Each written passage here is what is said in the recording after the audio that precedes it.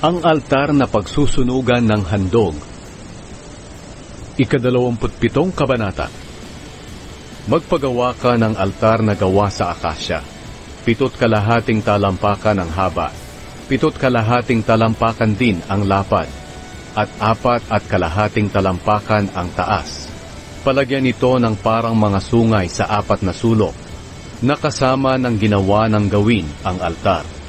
Pabalutan ng tanso ang altar. Ang lahat ng kagamitan ng altar ay kailangang gawa sa tanso. Ang mga lalagyan ng abo, pala, mangkok, malalaking tinidor para sa karne, at mga lalagyan ng baga. Magpagawa ka rin ng parilyang tanso para sa altar, at lagyan ito ng argolyang tanso sa bawat sulok. Pagkatapos ilagay mo ito sa ilalim ng altar. Sa patungan nito sa bandang gitna ng altar. Magpagawa ka rin ng tukod na pambuhat sa altar. Kailangang galing ito sa kahoy na akasya at nababalutan ng tanso. Ipasok ang tukod sa argolya sa bawat gilid ng altar para mabuhat ang altar. Ang ipapagawa mong altar ay tabla at dapat bakante sa loob. Ipagawa ito ayon sa planong sinabi ko sa iyo roon sa bundok. Ang bakuran ng toldang sambahan. Palagyan ng bakuran ang toldang sambahan at palibutan ito ng kurtina na gawa sa pinong telang linen.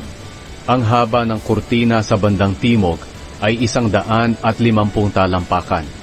Ikabit ang kurtina sa 20 haliging tanso na nakasuksok sa 20 pundasyong tanso.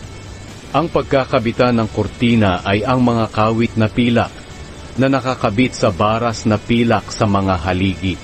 Ang kurtina sa bandang hilaga ay 150 talampakan din ang haba.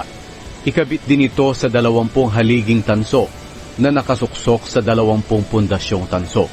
Ang pagkakabitan ng mga kurtina ay ang mga kawit na pilak na nakakabit sa mga baras na pilak sa mga haligi. Ang kurtina sa bandang kanluran ay may sukat na 75 talampakan ang haba at nakakabit ito sa 10 haligi na nakasuksok sa 10 pundasyon. Ang kurtina sa bandang silangan ay 75 talampakan ang haba. Ang pintuan ng bakuran ay nasa silangan at may mga kurtina rin ito sa gilid. Ang kurtina sa kanan ay 22 kalahating talampakan ang haba at nakakabit sa 3 haligi na nakasuksok sa 3 ring pundasyon. Ang kurtina sa kaliwa ay 22 kalahating talampakan ang haba at nakakabit din ito sa 3 haligi na nakasuksok sa 3 ring pundasyon. Ang pintuan ng bakuran ay palagyan mo ng kurtina na 30 talampakan ang haba. Kailangang gawa ang kurtina mula sa pinong telang linen na may lanang kulay asul, ube at pula. Kailangang napakaganda ng pagkakaburda nito. Pagkatapos isabit ang kurtina sa 4 na haligi na nakasuksok sa 4 na pundasyon. Kailangang may kawit at baras na pilak ang lahat ng haligi sa palibot ng bakuran. At kailangan ding may mga tansong pundasyon.